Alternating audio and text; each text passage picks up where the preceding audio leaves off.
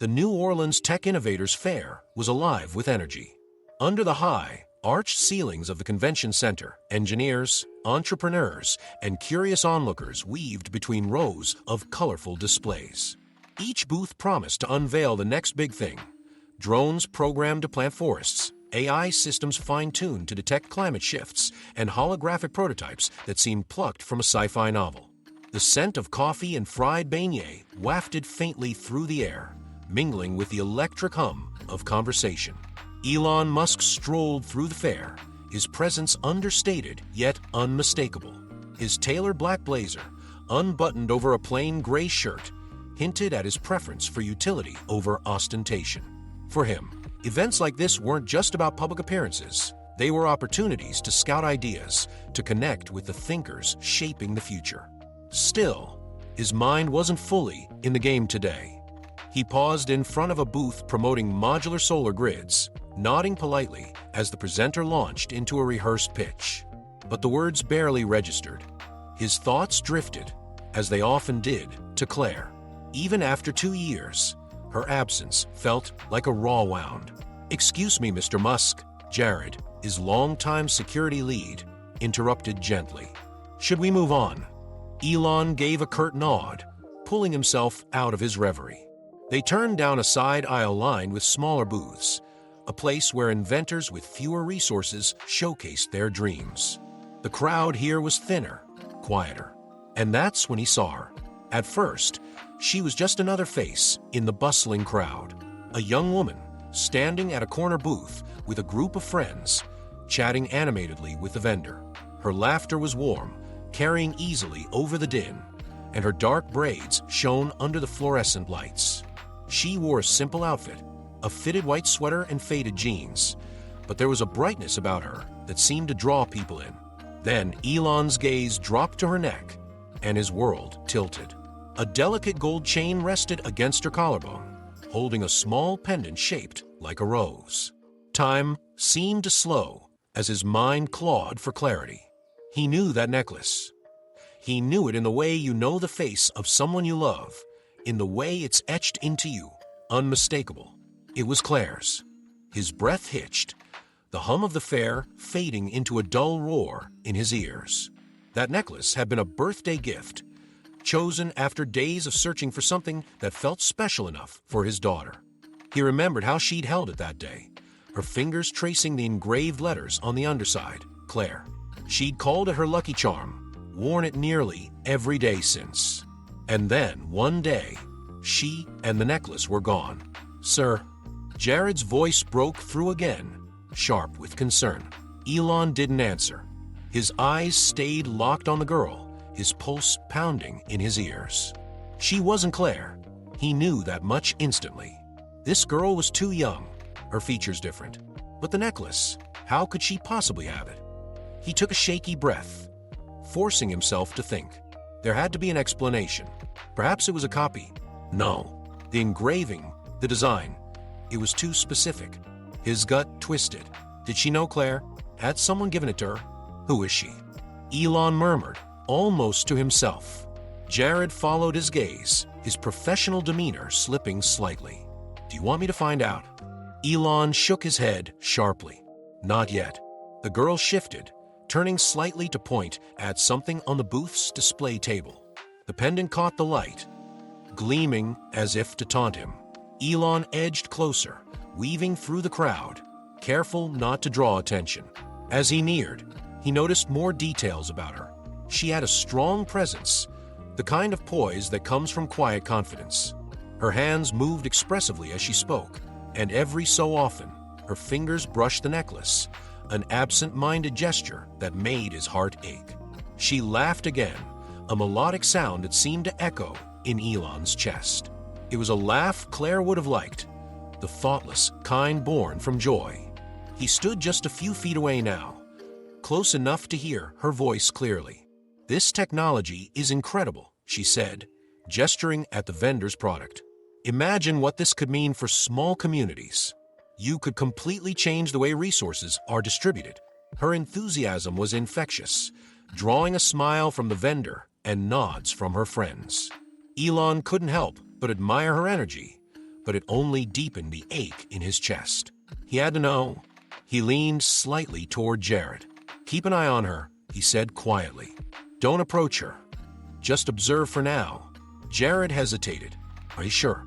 "We could." "No." Elon cut in firmly. "We wait." But waiting wasn't easy.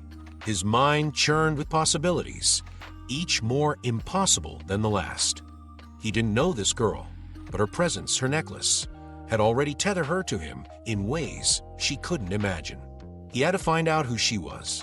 For now, though, he stayed still, watching her from the shadows of the crowd, the weight of 2 years of grief and hope pressing down on him. 2 years ago, the Musk family estate in Los Angeles was bustling with activity. The usual hum of Tesla meetings and SpaceX calls gave way to a rare gathering of family and close friends. It was Claire's 15th birthday, a milestone Elon insisted on celebrating despite his relentless schedule. Claire had always been a bright light in the family, a fiercely independent spirit with a passion for the environment and social justice. She wasn't content with just talking about change. She demanded action. Whether it was organizing fundraisers for clean water initiatives or volunteering at local shelters, Claire's convictions ran deep. That evening, she had bounded down the grand staircase, her eyes sparkling as she saw the small group waiting in the living room. Her mother, Justine, had wrapped her in a warm hug, while Elon handed her a small velvet box. "For you," he'd said with an uncharacteristic softness. Claire opened it with a gasp. Inside was a delicate gold necklace, its pendant shaped like a blooming rose. She lifted it gently, her fingers tracing the intricate petals. "It's beautiful," she whispered, tears welling in her eyes. "Turn it over," Elon prompted. She flipped the pendant, revealing her name engraved in elegant cursive. "Claire." "It's perfect," she said, throwing her arms around him. "Thank you, Dad." Elon had smiled, a rare moment of vulnerability breaking through his composed exterior. He hadn't told her how long he'd spent searching for the perfect gift, how he'd wanted something that symbolized her resilience and beauty. The necklace was meant to be a constant reminder of how much she meant to him. For weeks after, Claire wore it every day, her fingers often brushing the pendant when she spoke about her plans for the future. "I want to go to Africa," she announced one evening during dinner. Elon raised an eyebrow. "Africa's a big place. Any specific reason?" "There's a youth conference in Johannesburg about environmental solutions for developing countries. I've been researching it for months. They're focusing on sustainable farming and clean energy for rural areas. It's exactly what I want to work on." Her excitement was contagious, but Elon felt a pang of apprehension. South Africa was far, and the world was unpredictable. But Claire was relentless, presenting a well-researched plan and convincing both her parents that this trip was important. Weeks later, she boarded the plane with her small suitcase, her necklace glinting in the California sun as she waved goodbye. Elon remembered the way she turned back at the gate, flashing her signature grin. "Don't worry, Dad. I'll be back before you know it," she'd said. But she never came back.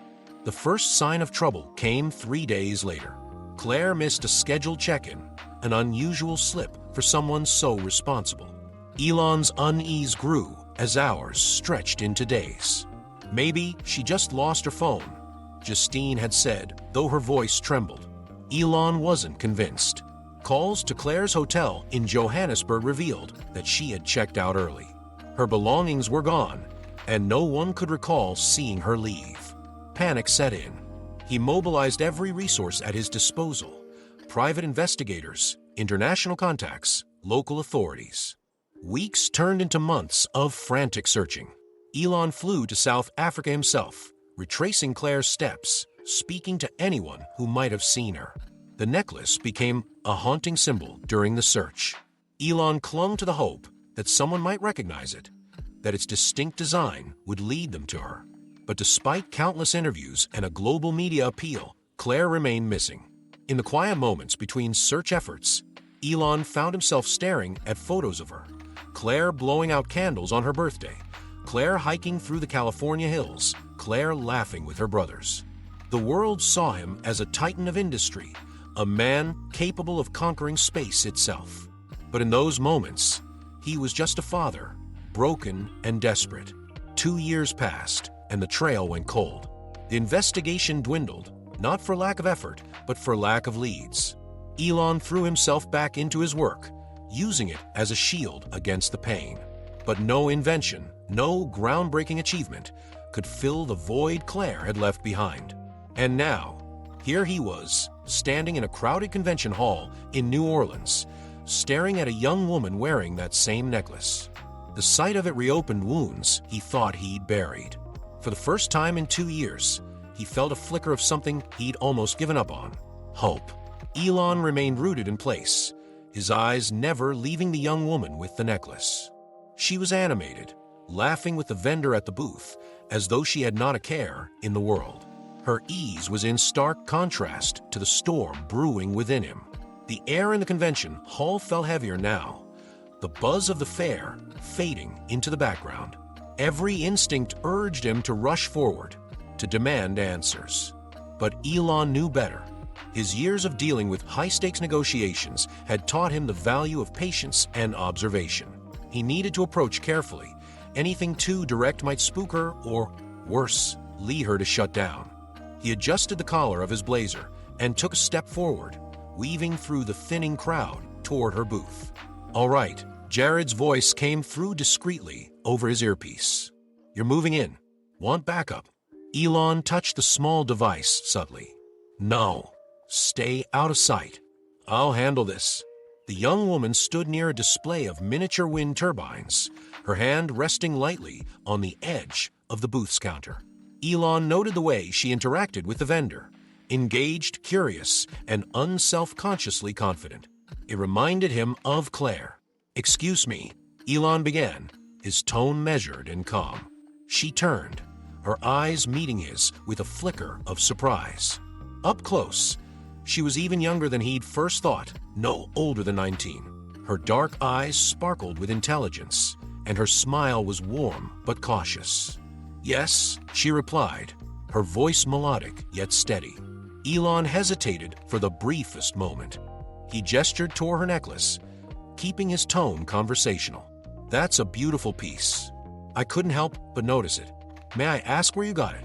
Her hand instinctively moved to the pendant, her fingers curling protectively around it. There was no immediate alarm in her expression, but there was a flicker of something, a shadow of hesitation. "Oh, this," she said, glancing down at the necklace. "It was a gift. Someone very special gave it to me." Elon felt his heart quicken. "Special," he repeated, his voice betraying a trace of curiosity. "A family member?" She tilted her head, studying him now. "Not exactly. My mom gave it to me last year for my birthday. She said it was something she found a long time ago, and she thought it suited me." His pulse raced. "It certainly suits you," he replied evenly. "Your mom has good taste." The girl smiled politely, but her expression grew wary, as if sensing something deeper behind his casual tone. She shifted slightly, putting more distance between them. "Thank you. Do you like jewelry?"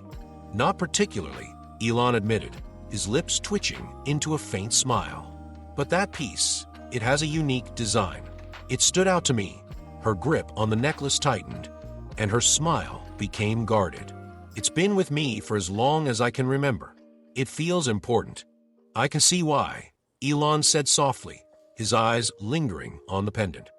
He could feel the weight of Jared's unseen presence somewhere in the crowd, but Elon knew this was a moment that couldn't be forced. The young woman glanced toward her friends, who were now walking ahead. She turned back to Elon. "If you'll excuse me, I should probably catch up with them." "Of course," Elon replied, stepping back slightly. "I didn't mean to hold you up. Thank you for humoring my curiosity." She offered him a tight-lipped smile and began to walk away, but Elon wasn't about to let her vanish into the crowd. He tapped his earpiece. "Jared, follow her. Discreetly. I need to know where she's going." On it came the swift response.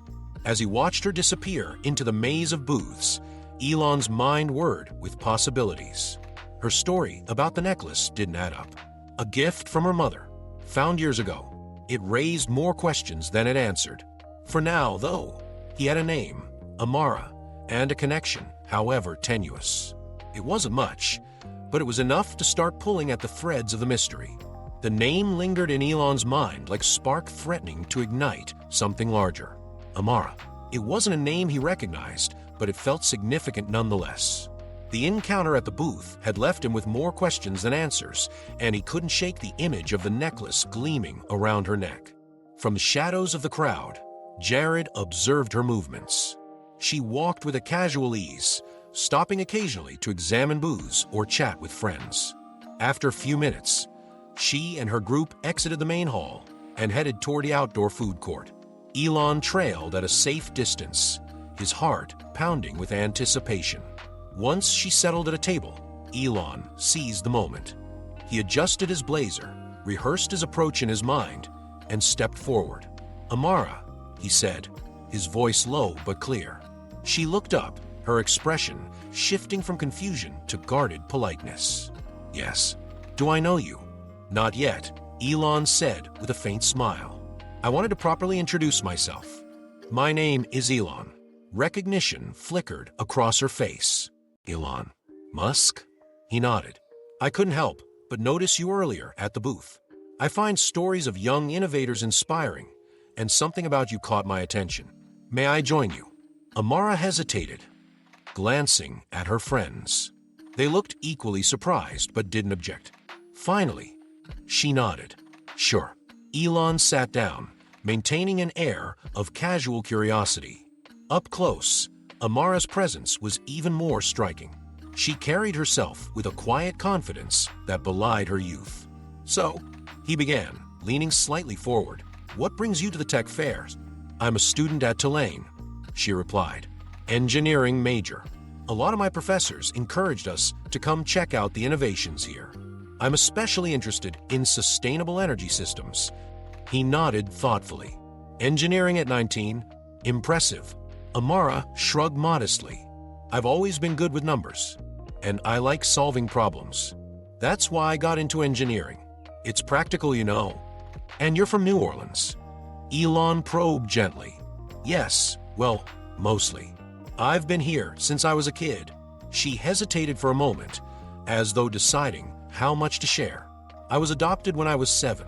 My mom, Ruth, raised me here. She's amazing." Elon leaned back slightly, his mind racing. 7 years old. Adopted. There was a story there, but Amara's expression made it clear that it wasn't a topic she discussed lightly. He chose his next words carefully. "She must be very proud of you," he said sincerely. Amara smiled, her guard lowering slightly. "She is. She's sacrificed a lot for me to get this far. I owe everything to her. And the necklace?" Elon asked, gesturing subtly. "It's a striking piece. You mentioned it was a gift from your mom." The question made Amara's smile falter slightly. She touched the pendant reflexively, her fingers brushing the delicate gold petals. "Yes," she said slowly. "She gave it to me on my 18th birthday. She said she found it a long time ago and thought I'd like it." "Found it?" Elon asked, feigning casual interest. Amara's eyes narrowed slightly, as though she sensed the underlying weight of his question. "That's what she said. Why do you ask?" Elon held her gaze, choosing his words carefully. "I suppose it's just unusual. Jewelry like that often has a story behind it." Amara studied him for a long moment, her expression unreadable. Then she leaned back in her chair, crossing her arms. "You've been asking a lot of questions, Mr. Musk. Is there a reason you're so interested?" Caught off guard by her directness, Elon hesitated before responding. "Let's just say your story intrigued me. And that necklace, it's very distinctive. I couldn't help but wonder about its history." Amara's suspicion didn't fade, but she nodded slowly. "It is distinctive," she said, "but I've never thought much about where it came from. My mom's always been a little mysterious about things like that." A brief silence fell over the table, charged with unspoken tension. Elon knew he was treading a fine line. Pushing too hard could drive her away, but holding back left him no closer to the answers he desperately needed. Finally, Amara glanced at her friends, then back at him. "If you don't mind, I think I'll head out. It was nice meeting you, though." "Of course," Elon said, rising to his feet as she stood. "It was nice meeting you too. Best of luck with your studies." Amara gave him a polite nod before walking off with her friends.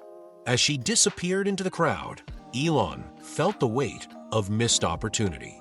But he wasn't done, not yet. He turned to Jared, who had been waiting nearby. "I want everything we can find on her," Elon said quietly.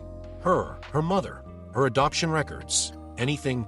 Jared nodded, his expression serious. "Consider it done." As Elon watched the bustling fair around him, one thought echoed in his mind. Who is she? The night after meeting Amara at the tech fair was restless for Elon. Sleep eluded him as he sat in the darkened living room of his hotel suite, the Mississippi River stretching out in the distance. Its gentle shimmer under the moonlight contrasted sharply with the chaos in his mind. Amara's face lingered in his thoughts. Her calm composure, her intelligence, and most of all, the necklace. The image of that pendant burned like a brand in his memory, a vivid reminder of Claire's absence. Jared entered the room quietly, holding a tablet. "We've got preliminary details on her," he said. Elon sat up, his sharp eyes locking onto the screen. "Amara Johnson," Jared began, scrolling through the report. 19 years old, sophomore at Tulane University, majoring in engineering. Born in Baton Rouge. Adopted at the age of 7 by Ruth Johnson, a seamstress based in New Orleans.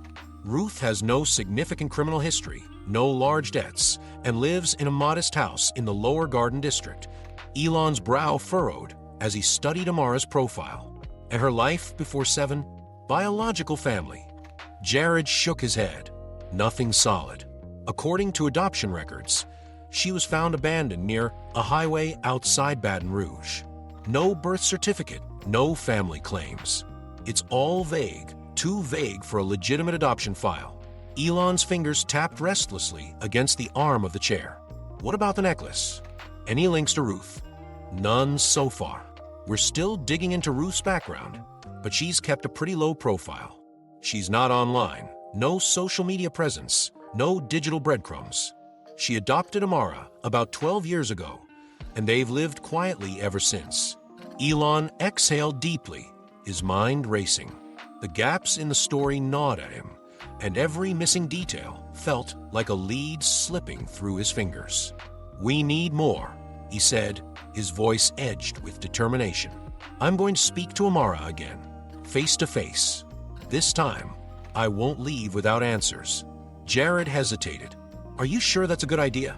She already seemed wary yesterday. Pushing too hard might make her retreat." "I'll handle it," Elon said firmly. The next morning, Elon arrived unannounced at Tulane University. The campus was buzzing with activity. Students on bikes zipped through shaded pathways, and clusters of young adults gathered in conversation beneath towering oak trees. Elon's presence caused an immediate stir. Students paused mid-stride, their whispers audible as they recognized him. "Is that Elon Musk?" a girl murmured to her friend, clutching her coffee. "What's he doing here?" another asked, craning his neck to see. Elon ignored the murmurs, his focus solely on locating Amara. With Jared's help, he'd tracked her schedule, and it wasn't long before he spotted her sitting alone at a table outside the engineering building. Her laptop was open, and a stack of well-worn textbooks surrounded her. He approached quietly, giving her time to notice him. When she looked up, her surprise was evident. "Mr. Musk," she said, closing her laptop. "What are you doing here?" Elon smiled politely, though his intensity was hard to mask. "I wanted to see you again. I need to talk to you about something important." Amara frowned slightly, glancing around. "Here, now. I'd prefer somewhere more private," Elon said. "But if you're comfortable, I'd like to explain myself." Her hesitation was palpable. She glanced at the students nearby, some of whom were openly gawking. Finally, she stood, gesturing toward a quieter area beneath a cluster of oak trees. "All right, let's talk." Once they were alone, she crossed her arms and faced him. "So, What's so important that you'd come all the way to my campus? Elon didn't mince words. Your necklace, he said. It belonged to my daughter. Amara blinked, her guarded expression giving way to confusion. Your daughter?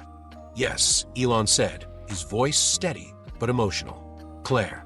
She disappeared 2 years ago. That necklace was a gift I gave her for her 15th birthday. It's unique, custom-made. There's no question in my mind that it's the same one. Amara stared at him, her brow furrowing. That doesn't make any sense. My mom gave me this necklace last year for my birthday. She said she found it when I was little. That's what I need to understand, Elon said, his voice earnest. Please, Amara.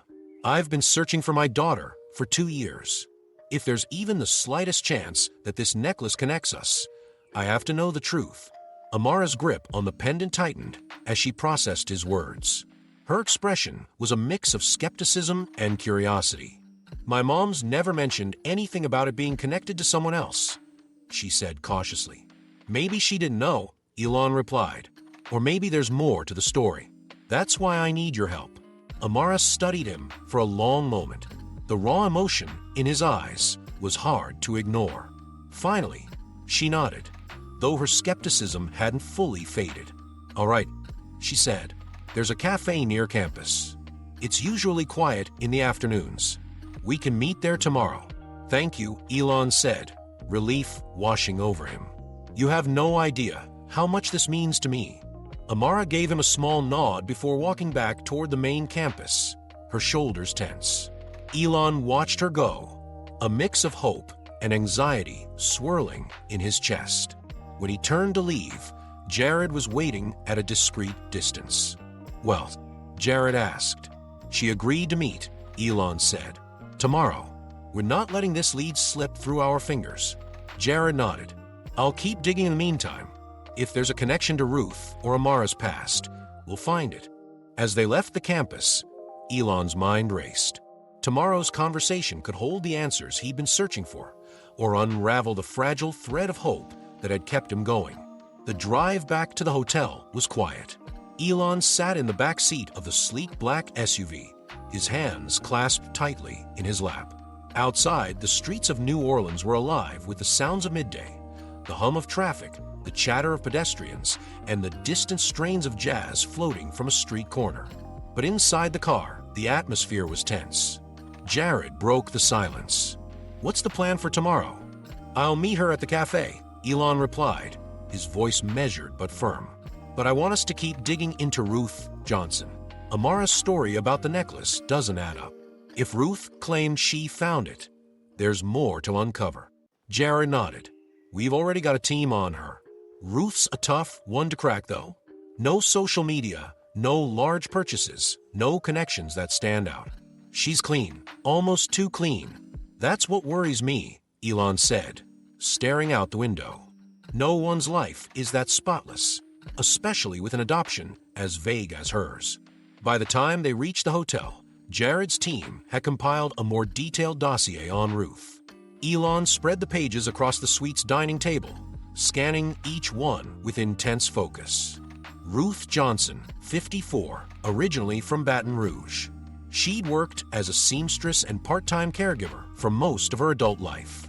12 years ago, she moved to New Orleans with Amara and settled into a modest home in the Lower Garden District. The adoption paperwork listed Amara as having been abandoned at the age of 7 near a rural highway. Ruth had provided a stable home, ensuring Amara received a good education, but there were no clear details about the child's origins. Have we found anything from a highway where Amara was supposedly abandoned? Elon asked, leaning back in his chair. Jared shook his head. The records are thin. The adoption agency was small, almost non-existent now. It's like they handled the case and then dissolved. And there's no evidence of a missing child matching Amara's description reported in that area at the time. That's impossible, Elon said, his frustration boiling over. A 7-year-old doesn't just appear out of nowhere. Someone had to have seen something. Jared hesitated. There is one detail that stood out. He handed Elon a grainy photograph from the file. This is Amara at the time of her adoption. Look closely. Elon took the photo and stared at it. Amara was younger, her face rounder, but her bright, intelligent eyes were unmistakable. Then he noticed something else. Around her neck, faint but visible, was the same gold necklace. Elon's breath caught. She was wearing it then, he murmured, tracing the image with his finger. That's the only solid piece of evidence we have, Jared said. Whatever happened to her before she was found, that necklace was already with her. Ruth didn't lie about giving it to her. It was hers when they met. Elon set the photo down, his mind racing. The necklace was the key. It had survived the gap in Amara's life, bridging her past with the present. But how had it gotten to her in the first place? I want more on Ruth, Elon said. Neighbors, co-workers, anyone who might know her history. And dig into Baton Rouge. See if there's anything about unusual activities near that highway around the time she found Amara. Jared nodded and stepped out, leaving Elon alone with the dossier. He stared at the photograph again, his thoughts swirling. A soft knock on the door pulled him from his reverie. It was Jared, returning with an update. We found someone, he said, a former neighbor of Ruth's in Baton Rouge. An older man lived next door to her before she moved to New Orleans. Says Ruth kept to herself, but something about Amara's arrival didn't sit right with him. What did he say? Elon asked, standing immediately. Jared frowned. He remembers seeing Ruth come home late one night, her car dusty and scratched up. A few days later, she had a little girl with her. Said she claimed she'd found the girl, but he always thought there was more to the story. She refused to talk about it.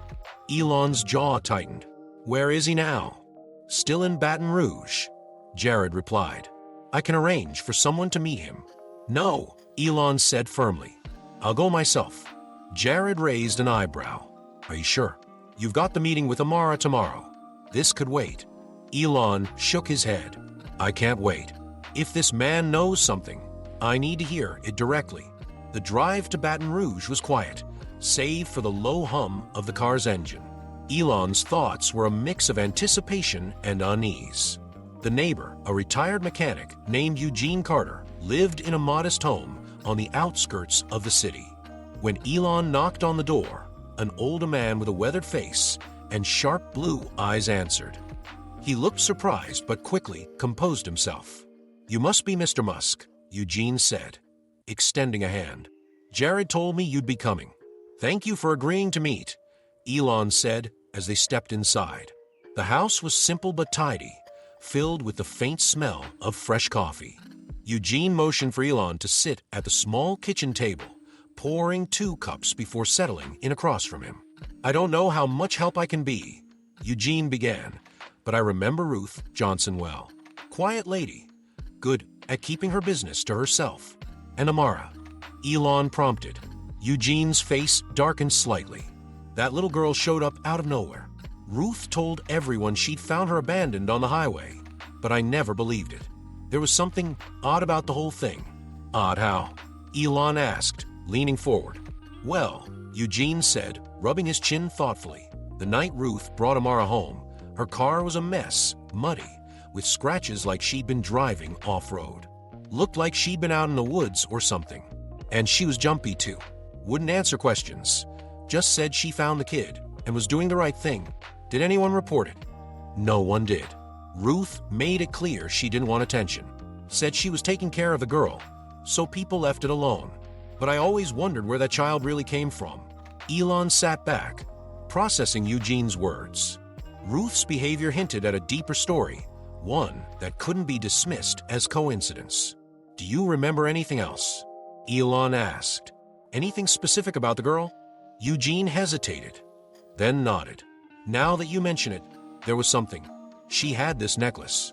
Pretty little thing, gold with a rose pendant. I noticed it the first time I saw her, and I remember thinking it didn't seem like something you'd find on an abandoned kid. Looked expensive. Out of place. Elon felt a chill run through him. The pieces were starting to connect, but the picture was far from clear. Thank you, Elon said, standing. You've been a great help. Eugene nodded. If you find out the truth, I'd sure like to know. As Elon left the house, he felt a renewed sense of urgency. Ruth Johnson had secrets, and the truth about Amara's past was buried somewhere in them. Tomorrow's meeting with Amara wasn't just a conversation. It was the next step in uncovering a mystery that had haunted him for 2 years. The cafe Amara had chosen was tucked away on a quiet side street near Tulane University. It was the kind of place where time seemed to slow, with its wooden tables, mismatched chairs, and the comforting aroma of freshly brewed coffee. Soft jazz played in the background, adding to the sense of calm that contrasted sharply with Elon's restless anticipation. He arrived early, choosing a table in the corner where they'd have privacy. He ordered a black coffee, but barely touched it, his eyes fixed on the door. Each time it opened, his heart skipped, only to settle again when it wasn't her. Finally, Amara entered, her presence immediately commanding attention. She wore a casual denim jacket over a pale yellow top, her dark braids tied back loosely. She scanned the room and spotted Elon, her expression neutral as she approached. "Mr. Musk," she said, sliding into the seat across from him. "Please," Elon said, offering a faint smile. "Call me Elon." "All right, Elon," she said, leaning back in her chair. "So, here we are. What do you want to talk about?" Elon took a deep breath, choosing his words carefully. "First, I want to thank you for agreeing to meet. I know my questions yesterday might have felt intrusive, but this is deeply personal for me, and I appreciate your willingness to listen." Amara nodded, her expression still guarded. "I'm here, but I'm not sure how much I can help you. My mom gave me this necklace, and that's all I know. That's what I need to understand," Elon said, his voice low but insistent. "The necklace, it's unique. I had it custom-made for my daughter, Claire.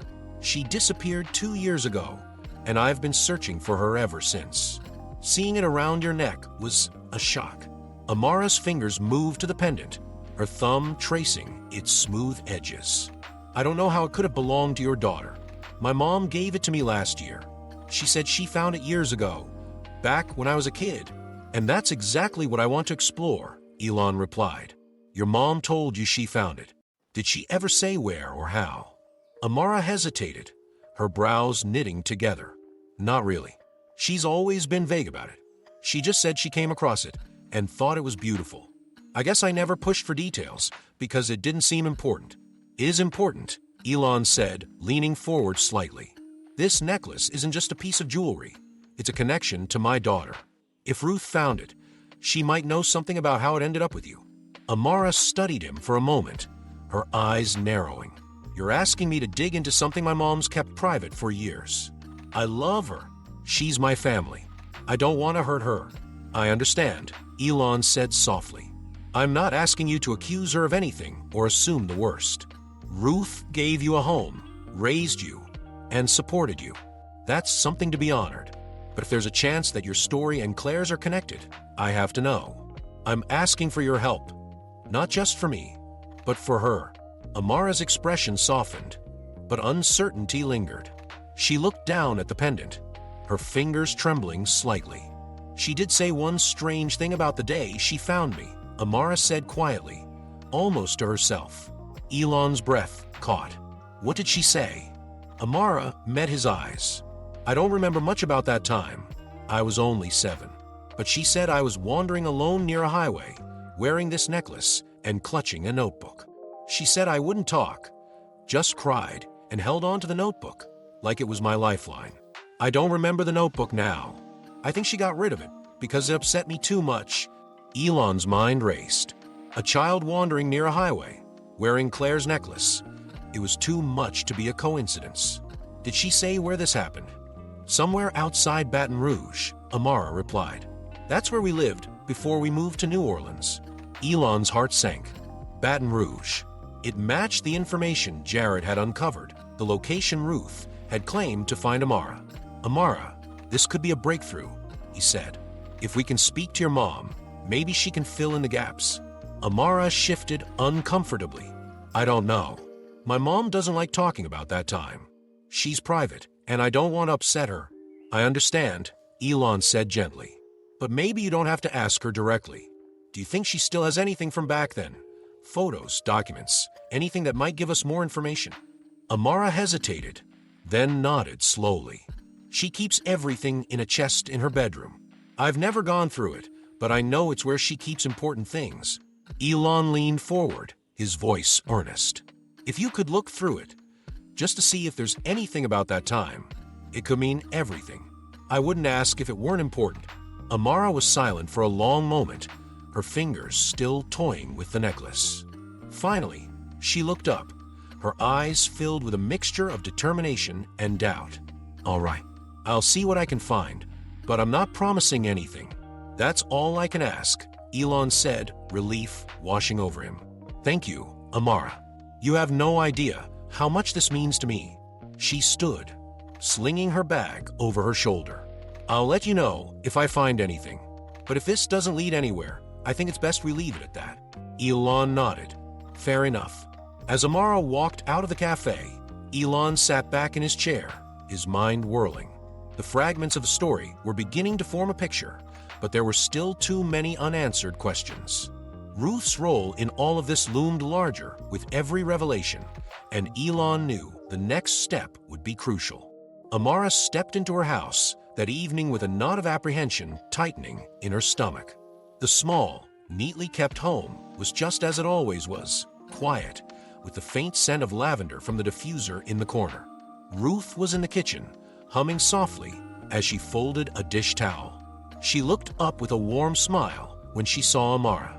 "You're home earlier than I expected," Ruth said, her voice calm and welcoming. "Yeah," Amara replied, setting her bag down by the door. "Classes weren't too heavy today. I just felt like coming home." Ruth nodded, her sharp, discerning eyes studying Amara for a moment. "Everything all right, sweetheart? You seem distracted." Amara hesitated, her hand instinctively moving to the necklace around her neck. She felt a surge of guilt for what she was about to do, but the lingering questions from her meeting with Elon were impossible to ignore. "I'm fine," she said, forcing a smile. "Just a lot on my mind. I think I'm going to head to my room for a bit." "All right," Ruth said, though the concern didn't leave her expression. "If you need to talk, you know where to find me." Amara nodded and slipped down the hallway to her room, closing the door softly behind her. The evening light filtered through the curtains, casting a warm glow across her neatly organized space. Her eyes drifted toward the small chest she'd seen so many times in Ruth's bedroom, always unopened, always locked away. Her heart pounded as she crossed the hallway and stepped into Ruth's room. The chest was where she remembered it, pushed against the wall near the foot of the bed. Amara knelt down, running her fingers over the smooth wood. "This feels wrong," she whispered to herself, her conscience battling her curiosity. But Elon's voice echoed in her mind. If we can understand where the necklace came from, it could mean everything. Taking a deep breath, she opened the chest. The lid creaked slightly, and the faint smell of old paper wafted out. Inside were neatly folded stacks of letters, photographs, and small trinkets from Ruth's life. Amara carefully sifted through them, her hands trembling. At first, everything seemed ordinary. There were faded photographs of Ruth as a young woman, smiling with friends, handwritten recipes in curling script, and birthday cards from long-forgotten acquaintances. But then Amara's fingers brushed against something unexpected, a small, weathered notebook bound with a faded red cover. She pulled it out slowly, her heart racing as she flipped open. The first few pages were filled with childlike drawings, crude sketches of flowers, animals, and a lopsided house. But then, her breath caught. On the 5th page, there was a name scrawled in a careful, childish hand, Claire. Amara's fingers hovered over the letters, her pulse pounding in her ears. She turned the page and found more writing, notes and words that didn't seem to make sense, as though a child had been trying to remember something important but couldn't quite piece it together. Her stomach twisted as the truth began to dawn on her. She wasn't just a child Ruth had found. There was a story behind her arrival, a story Ruth had never told. "Amara." The voice startled her, and she snapped the notebook shut, shoving it back into the chest. Ruth stood in the doorway, her expression unreadable. "What are you doing in here?" Ruth asked, her voice calm but firm. Amara stood slowly, her heart hammering. I was just looking for something. I didn't mean to. What were you looking for? Ruth stepped further into the room, her sharp eyes narrowing. Amara hesitated, then met Ruth's gaze. The truth, she said quietly. Ruth froze, her face tightening. What are you talking about? This necklace, Amara said, clutching the pendant around her neck. You told me you found it with me, but someone else is claiming it belonged to their daughter. There's a man, Elon Musk, who says his daughter disappeared, and this was hers. Is it true? Ruth's face paled, and she looked away, her hands gripping the back of a chair for support. Tell me the truth, Mom, Amara pressed, her voice trembling. Ruth sank onto the edge of the bed, her shoulders slumping. You were so young, she said after a long silence. You don't remember, but you were lost. I found you near the highway, wandering, scared, crying. You wouldn't tell me your name. You couldn't. All you had was that notebook and this necklace. But where did I come from? Amara asked, her voice rising. I don't know, Ruth said, tears filling her eyes. I don't know how you ended up there. I didn't ask questions because I was afraid they'd take you away. You needed me, Amara, and I needed you. So I brought you home and made you mine. Amara's hands trembled as she processed Ruth's words. The story was more tangled than she could have imagined. But the name in the notebook, Claire, did you know it was my real name? Ruth shook her head. You never said it. I always called you Amara. I thought maybe you'd forget about whatever came before. Amara sank onto the floor, clutching the necklace. Her world felt as though it had been turned upside down. I need to talk to him, Amara said finally. Elon, I need to know more. Ruth hesitated, then nodded, her face lined with sorrow. If that's what you need, I won't stop you. But Amara, please, don't forget who raised you. Don't forget who I am. Amara reached out, her hand gripping Ruth's tightly. You're my mom, she said softly, but I need to understand where I came from. Ruth nodded, tears spilling down her cheeks. Then go. Find the truth. Amara stood, clutching the notebook as if it were a lifeline. She didn't know what she would find, but she knew she couldn't turn back now. Amara's hands gripped the steering wheel tightly as she drove through the rain-slick streets of New Orleans. Her mind raced, a storm of questions and emotions swirling within her. The notebook lay on the passenger seat, its weathered red cover both a comfort and a torment. The name scrawled inside, Claire, felt like the missing piece of a puzzle she hadn't known she was solving. Her phone buzzed, and she glanced at the screen. It was Elon. They'd agreed to meet at his hotel after her conversation with Ruth. Amara hesitated for a moment before answering. Amara. Elon's voice was calm, but carried an undercurrent of urgency. I'm on my way, she said. Did you find anything? I'll explain when I get there, Amara replied, her tone clipped. She wasn't ready to unpack everything over the phone. When she arrived at the hotel, Elon was waiting in the lobby, his posture tense. He guided her to a private conference room on the top floor, away from the prying eyes of the public. As the door closed behind them, Amara placed the notebook on the table between them. This was with me when my mom found me, she said, her voice steady but laced with emotion. She said I was alone near a highway, wearing this necklace and clutching this notebook. Elon stared at the small book as though it held the weight of the universe. He reached out slowly, his fingers brushing the worn cover before he opened it. The first few pages revealed the childlike drawings Amara had seen, simple images of flowers, animals, and a house. But it wasn't until he reached the 5th page that Elon froze. Claire, he murmured, his voice barely audible. The letters were unmistakable, written in the careful but imperfect script of a young child. Amara watched him closely. It's her, isn't it? Elon nodded, his throat tightening. It's her handwriting. She used to write her name like this when she was little. He flipped through the notebook, each page revealing more fragments of a child's thoughts. Some were nonsensical, but others carried chilling hints of Claire's ordeal. One page read, I want to go home. Another had a crude drawing of a van with two figures standing outside it, their faces obscured. Elon's hand trembled as he turned to the final pages. The last entry was different, faint and hurried, as though it had been written in a moment of desperation. Help me, please. He closed the notebook, his chest tightening. The room fell silent, the weight of the revelation pressing down on both of them. Amara, he said finally, his voice breaking. This is proof. Claire didn't just vanish. She was taken. Amara nodded slowly. I think so too. But why? And how did she end up here? Elon's mind raced, connecting the pieces. The adoption records, Ruth's vague story about finding Amara, the highway outside Baton Rouge. It all pointed to something larger, something darker.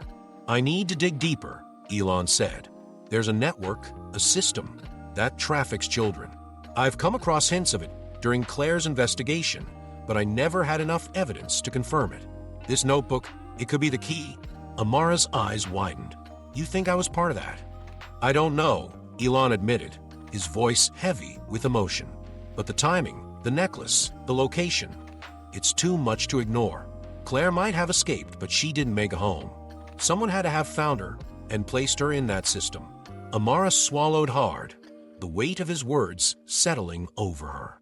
For years, she had accepted the story Ruth told her, that she was abandoned, unwanted, a child with no past. But now, the fragments of her life were beginning to form a different picture, one that terrified her. What do we do now? She asked quietly. Elon met her gaze, his expression fierce. We find the truth. I have resources, people who can trace this network, uncover its operations. And I need to speak to Ruth. If she saw anything, heard anything when she found you, it could be critical. Amara hesitated. She's already scared. I don't know if she'll talk. She doesn't have to be scared, Elon said. I'll approach her carefully. I don't want to accuse her. I want to thank her. She saved you, Amara. But we need her help to figure out how. Amara nodded, though doubt lingered in her eyes. She loves me, you know. She's my mom, even if she's not my biological mother. I can see that, Elon said gently. And I'm grateful for what she did. If not for her, we might never have found this connection. She's part of this story too. Amara looked down at the necklace, her fingers brushing the delicate rose pendant. Do you really think Claire could be alive? Elon's chest tightened. The thought of Claire still out there, somewhere, was a fragile hope he hadn't dared to hold on to. But now, with the notebook and Amara's story, that hope burned brighter. I don't know, he said honestly, but I won't stop until we find out. As they left the room, Elon's determination was renewed. He had spent 2 years searching for answers, and now the threads of truth were finally within reach. But he also knew the road ahead would be dangerous. Uncovering the hidden truths of Amara's past and Claire's disappearance would mean confronting a darkness far deeper than either of them had imagined. The drive to Ruth's house was quiet. Amara sat in the passenger seat of Elon's car, staring out the window at the passing scenery. The city's lively rhythm felt distant, muted by the weight of what was to come. Elon gripped the wheel tightly, his jaw set as he navigated the streets.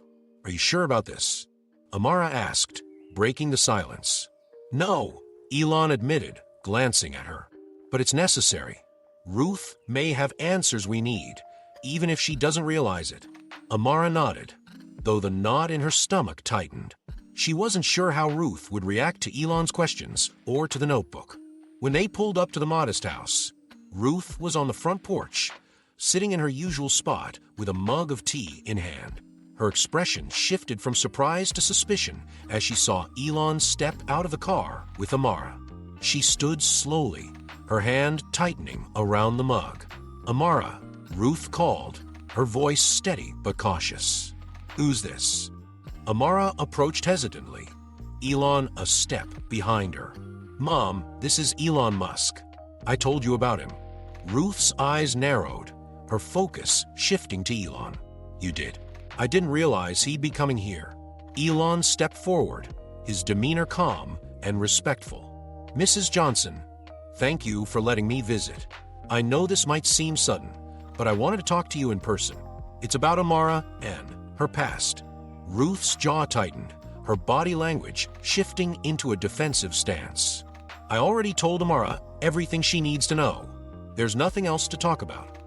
Mom, please, Amara interjected, her voice trembling. We found something important. I just need you to listen. Ruth's gaze softened slightly as she looked at Amara, but her wariness didn't fade. Come inside, she said after a long pause. Let's talk. Inside, the house was as tidy and welcoming as always, but the tension was palpable. Ruth gestured for them to sit at the small dining table, then stood with her arms crossed. All right, she said. What's this about? Amara hesitated, then placed the notebook on the table. Ruth's expression flickered with recognition, but she said nothing. This was with me when you found me, Amara began. You said I was holding it, but you never told me what was inside. Did you read it? Ruth's lips pressed into a thin line. I glanced at it. I didn't understand most of it, and I didn't want to upset you, so I kept it away. Elon leaned forward, his voice calm but firm. Mrs. Johnson, this notebook belonged to my daughter, Claire. She disappeared 2 years ago. The name, the drawings, they're hers. And the necklace Amara wears was hers too. I believe Amara and Claire are connected. Ruth's face went pale, and she shook her head slowly. That's impossible. Amara's been with me for 12 years. Claire disappeared 2 years ago. The timeline doesn't match. You're right, Elon said. But there's more to this story. Amara might not be Claire, but the notebook and necklace connect them.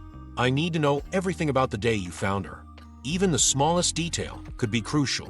Ruth looked down at the notebook, her hands gripping the back of a chair.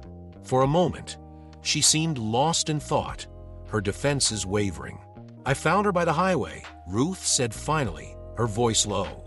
I was driving back from Baton Rouge late at night, and I saw her on the side of the road. She was dirty, crying, and clutching that notebook. The necklace was tangled in her hand. She didn't say anything, just sobbed. I couldn't leave her there. Did you see anyone else? A car, a person's. Elon pressed. Ruth shook her head. No. The road was empty. It was dark, and I didn't want to stay long. I put her in the car and drove home. I told myself I'd call the police in the morning, but she trailed off, her voice breaking. But you didn't, Amara finished softly. No, Ruth admitted, her eyes filling with tears. I was scared. She was so fragile, and I thought if I called the authorities, they might put her in the system. She'd end up with strangers, maybe worse. So I kept her. I told myself I was doing the right thing. Elon's chest tightened, torn between anger and gratitude. You gave her a home, he said after a moment. You protected her, but in doing that, you buried the truth of where she came from. Ruth nodded, tears streaming down her face. I didn't know, she whispered. I didn't know she might be connected to someone else. I just wanted to save her. Amara reached out, taking Ruth's hand. You did save me, she said softly. But I need to understand where I came from. We both do. Ruth wiped her eyes, her expression heavy with sorrow. I'll tell you everything I can. I kept the clothes she was wearing that night, just in case. I didn't know why, but I couldn't bring myself to throw them away. They're in a box in the attic. Elon's heart leapt at the possibility of more clues. Can we see them? Ruth nodded and led them to the attic, where she pulled out a dusty box from a corner. Inside were small, faded clothes, mud-streaked jeans, a torn sweater, and a scrap of paper tucked into a pocket. Elon unfolded it carefully. It was a flight itinerary. His breath caught as he read the name, Claire Musk. The worn paper in Elon's hands trembled as he stared at it. The flight itinerary, bearing Claire's name, was undeniable proof of a connection. For years, Elon had poured resources into searching for clues, any shred of evidence to confirm what happened to his daughter. Now, the link between Claire and Amara was no longer a question of coincidence. Amara sat on the floor of Ruth's attic, her legs crossed, and her hands gripping the necklace tightly. The air felt heavier now, laden with revelations neither she nor Ruth were fully prepared to face. "I don't understand," Amara said, her voice low, almost a whisper. "If this itinerary was with me, if my name was Claire, why don't I remember?" Elon crouched down beside her, the paper still clutched in his hand. Sometimes, when something traumatic happens, the brain buries those memories. It's a way of protecting itself. But it's been 12 years, Amara said, her voice rising slightly. "Shouldn't I remember something by now? A face, a voice, anything." Ruth, standing near the attic doorway, interjected softly. She used to have nightmares when she was little. They were terrible. She'd wake up screaming, crying about people chasing her. But she couldn't explain more than that. After a while, they stopped, and I thought, she paused, her voice breaking. I thought it was better not to press. I didn't want to bring the pain back. Elon's chest tightened as he looked at Ruth. "You didn't know," he said, his voice steady but kind. "You did what you thought was best to protect her, and you gave her a life when no one else would." Ruth's eyes brimmed with tears, and she shook her head. "I should have done more. I should have asked questions, try to find out where she came from. I was selfish. I didn't want to lose her." Amara stood, turning to Ruth. "You weren't selfish," she said firmly. "You saved me. You gave me a home. But now I need to understand the rest of my story." Ruth nodded, her expression a mix of sorrow and resolve. "Whatever you need, I'll help. There's someone who might be able to help you remember." The next morning, the three of them sat in the office of Dr. Catherine Keller, a trauma specialist Ruth had sought out years earlier when Amara's nightmares had been at their worst. The office was quiet and inviting, with soft lighting and warm-toned walls designed to put patients at ease. Dr. Keller, a composed woman with graying hair and a calm demeanor, listened intently as they explained the situation. "Memory repression is common in cases of severe trauma," Dr. Keller said. "But memories, even buried ones, have a way of surfacing when the mind feels safe enough to confront them. With your permission, Amara, I'd like to guide you through a memory retrieval session. It's not about forcing anything. It's about creating space for your mind to recall what it's ready to." Amara glanced at Elon, then at Ruth, both of whom watched her with equal parts concern and encouragement. "I'll try," she said finally, her voice steady but uncertain. Dr. Keller nodded and led her to a reclining chair in the center of the room. Elon and Ruth were ushered into an observation room with a one-way mirror where they could watch but not interrupt. Amara lay back, clutching the necklace in her hand. Dr. Keller began speaking in a soothing tone, guiding her through deep breathing exercises. "Think about the necklace," Dr. Keller said. "Hold it. Feel its weight, its texture. Let your mind wander to the first thing it brings to you. Don't try to control it. Just let it come." Amara's breathing slowed, and her fingers tightened around the pendant. "I see the garden," she said after a long pause. "It's sunny. I'm playing with a dog. I think his name is Max." In the observation room, Elon's breath hitched. Max had been Claire's golden retriever, her constant companion until the day she left for Johannesburg. "That's good, Amara," Dr. Keller said, her voice calm. "Stay with the memory. What else do you see?" Amara's expression shifted, her brow furrowing. "There's a house. White walls. Big windows. I think it's mine, but it's blurry. Try to step closer," Dr. Keller encouraged. "What happens next?" Amara's breathing quickened, and her hands clenched. "It's dark now. I'm not in the garden anymore. There's a man. I can't see his face, but he's angry. He's yelling. I want to go home, but I can't." In the observation room, Elon's fists tightened. Ruth placed a trembling hand over her mouth, tears streaming silently down her face. "I'm running," Amara continued, her voice rising. "There's a van, and I'm running away from it. My feet hurt. I'm crying, but I keep running. Then there's a highway. Lights. I don't remember anything else." Her eyes snapped open, and she gasped for air, sitting up abruptly. Dr. Keller placed a hand on her shoulder, grounding her. You did very well, Amara, Dr. Keller said softly. That was a lot to recall in one session. Amara looked at her, then at the mirror, knowing Elon and Ruth were on the other side. I ran away, she said, her voice shaking. I ran away from something terrible, but I don't know if I made it all the way home. Back in the main office, Amara sat with Elon and Ruth, recounting what she'd remembered. Her voice was quiet but steady, as though saying the words out loud gave them weight and power. I don't know if I was taken from you, Amara said, looking at Elon. But I know I was trying to get away from something. Elon reached out, placing a hand over hers. You were brave, he said, his voice thick with emotion. You survived. And now, we'll figure out the rest together. Amara nodded, tears slipping down her cheeks. I don't remember you, she admitted. Not yet, but I want to try. That's all I need, Elon said, pulling her into a tight embrace. Ruth watched from the other side of the room, her heart aching with a mix of loss and gratitude. Amara, had found her biological father, but Ruth's role in her life wasn't erased.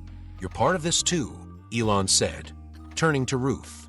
You saved her when no one else could. We'll honor that. Ruth nodded, tears spilling over as she embraced Amara as well. For the first time in years, Amara didn't feel divided. She felt whole, a bridge between the life Ruth had given her and the life she was beginning to rediscover. The revelations about Amara, about Claire, marked a turning point in all their lives. But the story wasn't over. For Elon, the reunion with his daughter was just the beginning of a new mission, finding justice not only for Claire, but for all the children who had been lost to the darkness of trafficking networks. Within days of leaving Dr. Keller's office, Elon assembled a team of experts. Lawyers, investigators, and former federal agents filled a secure conference room at one of his private facilities in New Orleans. Amara sat beside him, her presence a quiet but powerful reminder of why they were there. Thank you all for coming, Elon began, his voice steady but forceful. For 2 years, my daughter was missing. I now know she escaped from something far worse than I ever imagined. She's one of the lucky ones, but there are countless others who didn't get away. It's time we change that. He gestured toward a large screen where maps and reports from investigators lit up in overlapping layers. The notebook Amara had with her, combined with what she remembered during her session with Dr. Keller, gives us enough to start tracking the people behind this. We believe she escaped from a trafficking network operating in the southern United States, using highways to move children between states. One of the investigators, a grizzled man named Victor Malone, stepped forward. We've seen patterns like this before, routes connecting rural areas where law enforcement presence is thin. Baton Rouge is a known hotspot for these operations. We'll need to follow the money, the logistics. These groups always leave a trail, even if it's faint. Elon nodded. Whatever resources you need, you'll have them. This stops now. Amara listened quietly, her emotions a complex mix of gratitude, anger, and determination. She didn't know how to feel about being the catalyst for such an operation, but she knew it was necessary. Later, she approached Elon as the room cleared out. Do you really think you can stop them? She asked. Elon turned to her, his expression softening. I don't know if we can stop them completely, he admitted, but we can save lives, and we can make it a lot harder for them to operate. Amara nodded. I want to help. Elon frowned slightly. This isn't a safe path, Amara. These people are dangerous. I know, she said, meeting his gaze. But I'm not a child anymore. I've been studying engineering because I wanted to make a difference in the world. Maybe this is my way of doing that. Her resolve reminded Elon so much of Claire that his chest tightened. All right, he said finally, but on one condition. You'll only help in ways that keep you safe. Amara smiled faintly. Deal. As the investigation unfolded, pieces of the puzzle began to fall into place. The notebook's crude drawing of a van led investigators to a report of a similar vehicle seen near the Baton Rouge highway 12 years ago. Witnesses were tracked down, bank accounts were traced, and hidden networks began to unravel. The operation culminated months later in a coordinated effort between Elon's team and federal authorities. Warehouses and transport hubs were raided, children were rescued, and key figures in the trafficking ring were arrested. The victory was bittersweet, a reminder of the pain that had already been caused, but also of the lives that could now be saved. At a press conference, Elon stood before a crowd of reporters, Amara at his side. Cameras flashed, and murmurs rippled through the room as he stepped to the microphone. "For years, my daughter Claire was missing," he began. "Today, she stands beside me, not just as my daughter, but as a survivor. Her story is one of resilience, of courage, and of hope. But her story is not unique. It's part of a larger crisis, one that has stolen countless lives." He paused, his voice steady but full of emotion. "Using every resource at our disposal, we've helped bring down one of the largest trafficking networks operating in this region. But this is just the beginning.